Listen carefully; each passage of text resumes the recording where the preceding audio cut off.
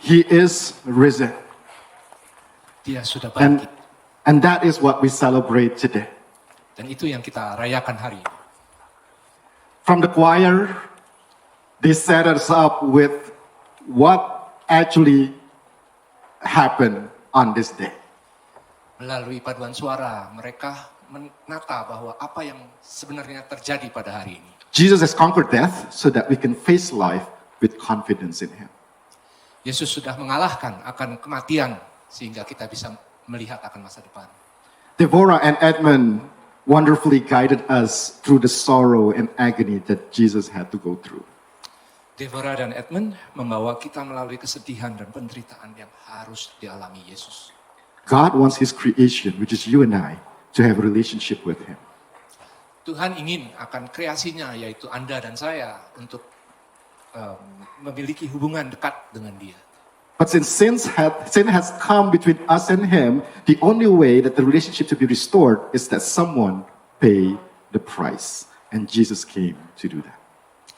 Dosa telah masuk antara kita dengan Dia, dan satu-satunya cara untuk memulihkan hubungan itu adalah untuk seseorang membayar akan konsekuensi dari dosa kita. And Malika, through the dance, showed that Jesus did not stay dead. Dan Malika melalui dansanya itu dia memperagakan akan Yesus itu tidak tinggal mati. But He is risen and we can celebrate that He is a living God. He is a living hope. Dan dia menyatakan bahwa Dia telah bangkit.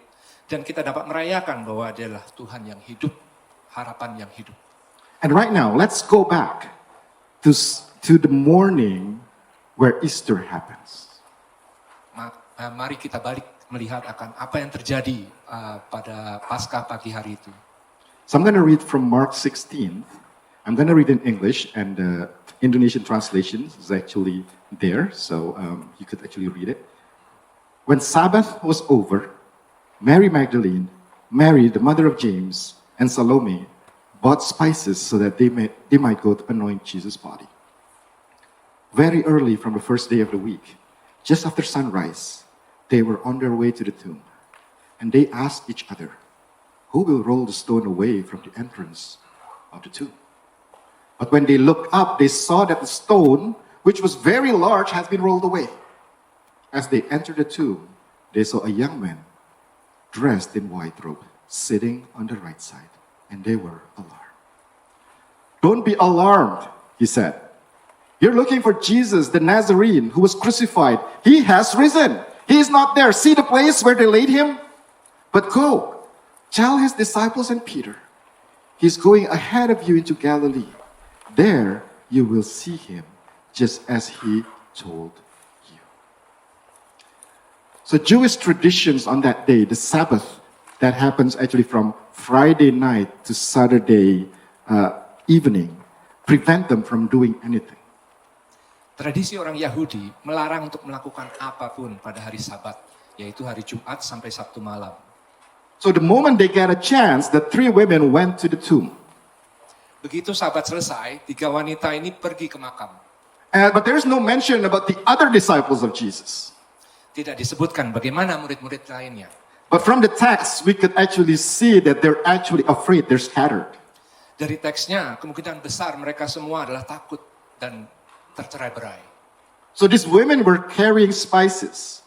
So the reason they went there is to apply some spices on Jesus to eliminate the odor and also to honor the body. Wanita-wanita ini membawa rempah-rempah. Jadi mereka pergi ke sana untuk membalurkan rempah-rempah pada mayat Yesus, untuk menghilangkan bau dan untuk menghormati jenazahnya. But if we actually look at the text before that, there are multiple times that Jesus had told them that he will die, but on the third day he will rise again.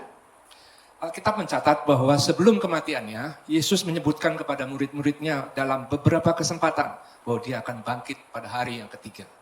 But we can see that context is not even in the conversation of these ladies. Tapi kita tidak melihat konteks akan pembicaraan itu di dalam pembicaraan mereka. The male disciples ran away scattered, and the woman was there expecting to see a dead body. Murid-muridnya yang laki-laki tercerai-berai dan yang perempuan pergi ke makam untuk melihat akan jenazahnya. So obviously it didn't occur to them that what Jesus had promises might be true, might be happening. Jelas tidak terpikir oleh mereka bahwa janji Yesus itu benar dan itu normal. Which is, I think from our point of view, it might be normal. Ya mungkin di dalam penglihatan kita itu adalah normal. Because yes, Jesus raised Lazarus from the dead, Ya, Yesus membangkitkan Lazarus dari kematian. but that's Jesus. But now Jesus is dead. Ya, itu adalah Yesus, tapi sekarang Yesusnya yang mati. So how can the dead raise the dead? So bagaimana Yesus yang mati itu membangkitkan yang mati? So logically, it just couldn't happen. So secara logika itu tidak mungkin terjadi. Because the natural flow of life is actually from life to death. Karena semestinya jalur kehidupan itu adalah dari yang hidup ke mati. And not from death to life. Dan bukan dari yang mati menjadi hidup. So when Jesus died, their dream of Messiah was shattered. So sewaktu Yesus mati, itu pemikiran akan Mesias itu mati. In fact, they found themselves in trouble now because people are chasing them. Dan malah mereka itu mungkin dalam masalah karena banyak orang-orang yang mengejar mereka. So regardless what Jesus said before, let's be real. We're done. Tidak peduli apa yang Yesus sudah katakan sebelumnya, mari kita lihat secara real bahwa kita ini habislah. But from this story, what I realized that you and I are no different than these disciples. Tapi dari cerita ini, saya sadar bahwa Anda saudara semua dan saya itu tidak beda dengan disciple ini. We read the Bible. We read about God's promises. But there is a separation between God's promises and our expectations. Kita baca Alkitab, kita baca akan janji-janji Alkitab. Tetapi ada pemisahan antara janji-janji Tuhan dan apa yang kita harapkan di dalam hidup ini. Well, God's promises is great, and every time we hear it, we say, yes, amen. Wah, janji-janji Tuhan itu bagus sekali. Kita kalau mendengar itu kita bilang, ya amin. But when it comes to life, tapi pada waktu kita menghadapi kehidupan ini, well, the news says everything is going to be bad. wah, berita-berita mengatakan, wah ini bakal kabar yang jelek. Well, research says there's hopeless in this situation is hopeless. Research juga mengatakan keadaan ini tidak ada harapan. So what we can do, just let it be. Jadi apa yang harus kita lakukan? Let it be, ya lihat saja nanti. Indonesian phrase is very common. It says, ya udah biarin aja mau diapain. Ya itu. So we actually, instead of God's promises, we match our expectations to the reports that we heard. Dari semua ini kita melihat bahwa ekspektasi kita itu kita samakan dengan apa yang kita dengar. So just like the women, the greatest hope that they have is hoping that somebody will help them rolling the stone away. Sama seperti wanita ini, dia mengharapkan moga-moga ada orang yang bisa menggulingkan akan batu ini. And many times our hope is placed on other human being. Banyak kali harapan kita taruh hanya kepada orang lain. We place hope on your doctors, on your pastors, your cell leaders, your lawyer, your counselors, your friends, your parents. You hope that someone with a greater power and knowledge will help you kind of like roll the stone away. Ya, kita menaruh harap kita kepada dokter, pendeta, pemimpin sel, pengacara, konselor, teman-teman, orang tua. Kita berharap akan ada seseorang dengan kekuatan dan pengetahuan yang lebih hebat yang dapat membantu kita.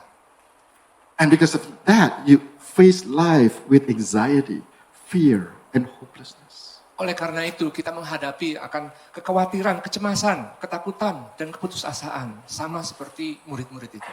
Maybe for some of you, the followers of Jesus, you go on Sunday and listen to the sermon and you say, Yahoo, amen. Waktu hari Minggu kita mendengar firman khotbahan ini, dia bilang, ya, amin. But the moment you leave the church, face fear and anxiety start coming in. Tapi pada waktu kita keluar dari gereja ini, maka ketakutan dan keputusasaan mulai masuk ke dalam diri kita. But listen to this, verse 4 says, when they looked up, they saw that the stone, which was very large, had been rolled away. Tapi ketika mereka melihat akan batu itu yang begitu besar, batu itu sudah digulingkan. And we know who rolled the stone away. Dan kita tahu siapa yang menggulingkan akan batu itu. It's not the guards, it's not somebody strong, but it's God. Bukan penjaga itu, bukan seorang yang kuat, tetapi itu adalah pekerjaan Tuhan. But the question is, why does God need to roll the stone away? Tapi pertanyaannya adalah kenapa Tuhan perlu untuk menggulingkan akan batu ini? Because from the post-Easter story, we actually read that Jesus, the resurrected Jesus with the new body, is not confined to space. Karena sewaktu di dalam ceritaan sebelum Prapaskah itu Alkitab mencatat bahwa Yesus bisa muncul dan muncul kembali tanpa dibatasi oleh ruang. So the stone is rolled away not for Jesus to come out, Jadi batu itu digulingkan bukan untuk Yesus bisa keluar, but it's for us to come in and see that the power of God is beyond what we think as natural. tetapi agar kita bisa melihat kuasa Tuhan yang melampaui segala sesuatu yang natural. And for 6, the angel says, don't be alarmed. He said, you're looking for Jesus the Nazarene who was crucified. He has risen. He is not here. See the place where they laid him. So the man said, don't be shocked. What I'm telling you is something that Jesus has told you before. Pria itu berkata, jangan kaget, apa yang saya katakan adalah sesuatu yang Yesus pernah katakan kepada kalian berkali-kali. And this shouldn't be news for you. Dan ini harusnya menjadi suatu berita buat Anda. And he mentioned this. You're looking for Jesus the Nazarene. And he was crucified. And you laid him here. So that means, that means, okay, translate first. Oke. Because the next one's going to be long, so better translate first. Kita melihat bahwa kita mencari akan seorang yang Nazarin. Saat itu orang mengatakan tidak ada hal yang baik yang bisa keluar dari Nazaret. Disalibkan, mati, dikuburkan. Di sini loh kuburannya, 4 kondisi yang Yesus miliki. Yeah, so being a Nazarene, like the Bible says, there's nothing good come out from a Nazarene.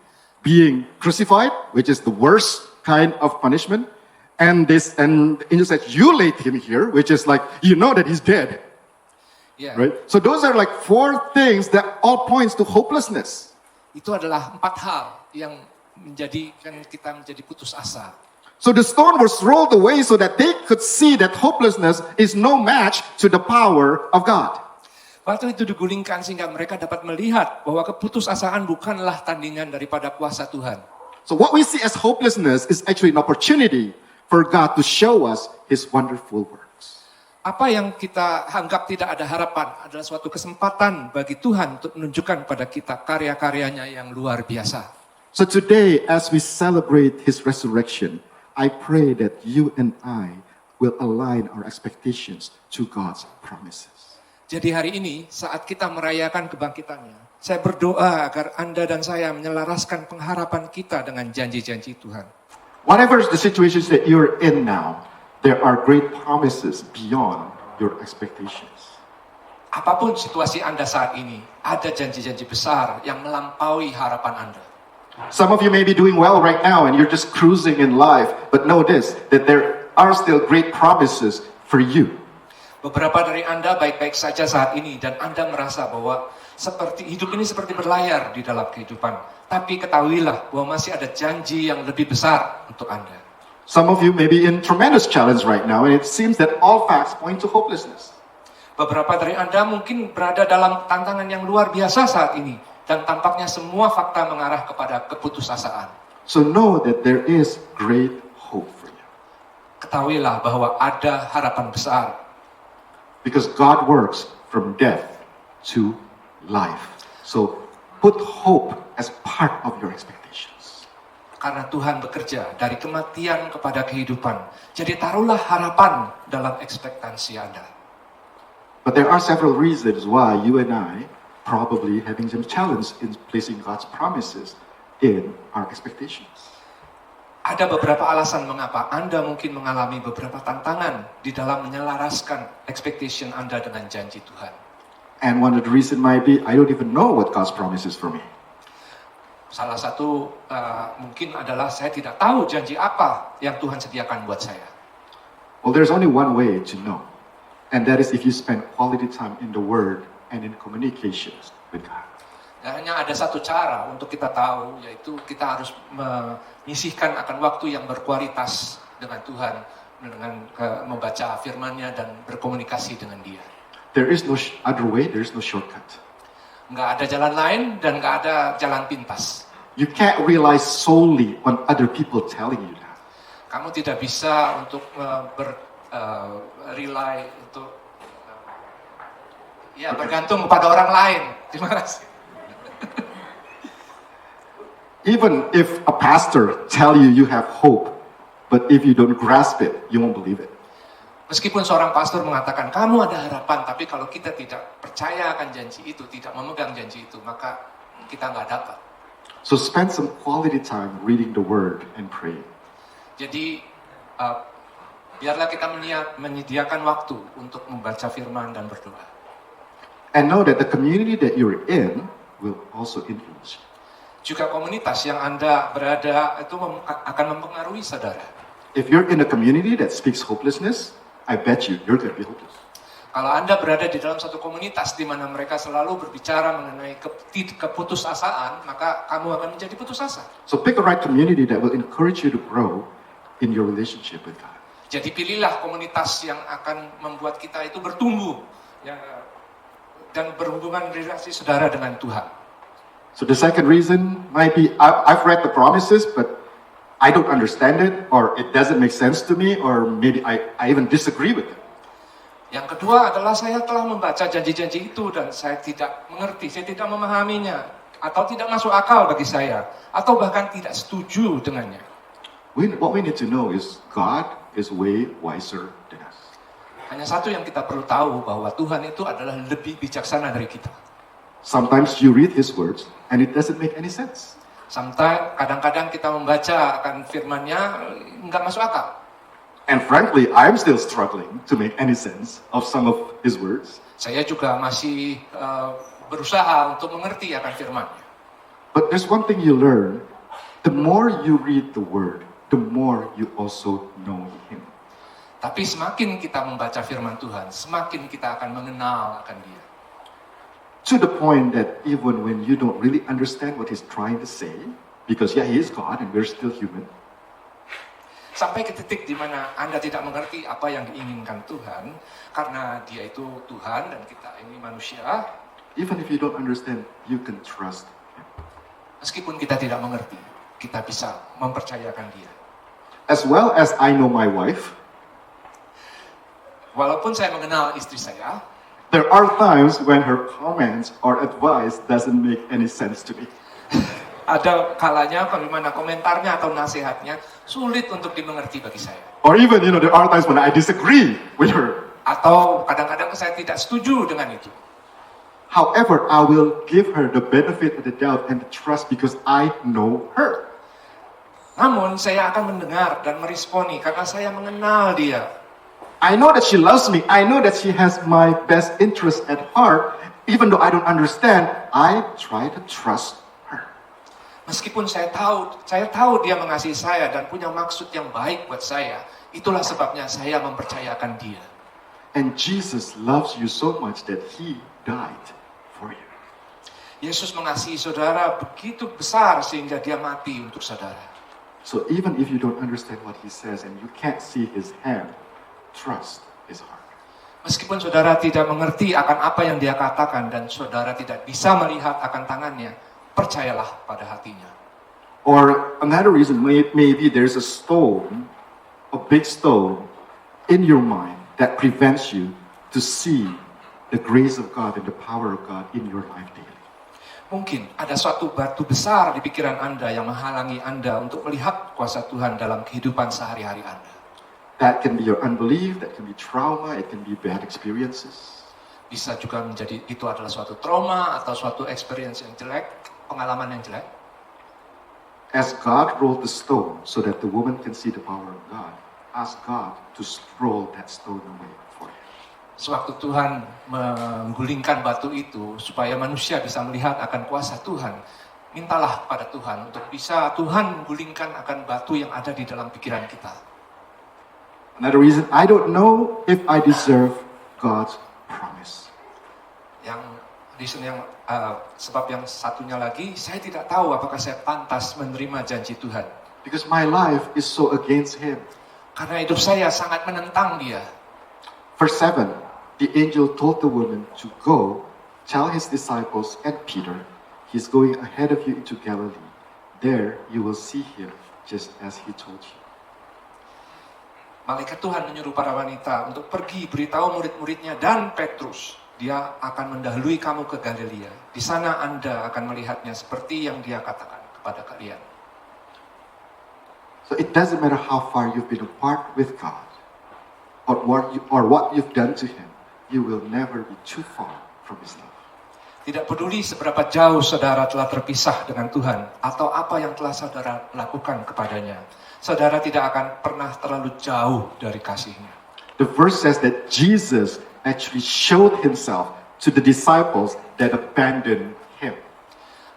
Di ayat itu dikatakan Yesus muncul kepada murid-muridnya itu untuk yang sudah meninggalkan Dia. During Jesus' critical moment, the disciples that were so close to Him, they all ran away. Pada waktu saat-saat yang kritis, mereka yang mengenal Dia telah meninggalkan Dia. And God even singled out Peter. The angel says, tell the disciples and Peter. Dan Tuhan juga malah mengatakan secara khusus akan Petrus, dan katakan ini kepada dia. And we know from the Easter story that the disciples ran away, but Peter deliberately denied Him 3 times. Kita melihat bahwa murid-murid yang lain itu meninggalkan Yesus saja, tetapi Petrus menyangkal dia 3 kali. So the angel said, tell the disciples and Peter, because Jesus doesn't see your betrayal, but He sees you as His most loved creation. Malaikat itu berkata, beritahukan, Yesus tidak melihat akan pengkhianatan Petrus dan pengkhianatan saudara. Tetapi siapa yang Anda sebagai ciptaan yang paling dikasihinya. And we know from history that Peter went on to be the leader of the movement that changed billions of lives. Dan kita tahu dari sejarah bahwa Petrus kemudian menjadi pemimpin gerakan yang mengubah miliaran orang. And so will you. Begitu juga dengan saudara. Because your life is not just a mere happening. Karena hidup Anda bukan sekedar kebetulan. But there is a great reason why you are here. Tapi ada alasan besar mengapa engkau ada di sini. So church, God works from death to life. Jadi jemaat Tuhan, Tuhan bekerja dari kematian menuju kepada kehidupan. The stone is rolled away so that you can see the power of God at work. Batu itu digulingkan supaya saudara dapat melihat kuasa Tuhan bekerja. So this Easter, embrace and celebrate the promise of God. Pasca ini, terimalah dan rayakan janji dan kuasa Tuhan dalam hidup Anda. Celebrate that He conquered death for you. Rayakan karena Dia menaklukkan kematian untuk kita semua. And there is hope, a great hope for you and I. Ada harapan besar untuk saudara dan saya. So align your expectations with God's promises. Selaraskan ekspektasi saudara dengan janji-janji Tuhan. As everybody says, there's a great hope for me. Mari kita berkata, mari rayakan pengharapan. Tell somebody next to you, there's a great hope for you. Ada harapan besar buat kamu. So I need to align my expectations with God's promises. Saya harus menyelaraskan akan ekspektasi saya pada Tuhan. Because we celebrate a living God. We celebrate a living hope.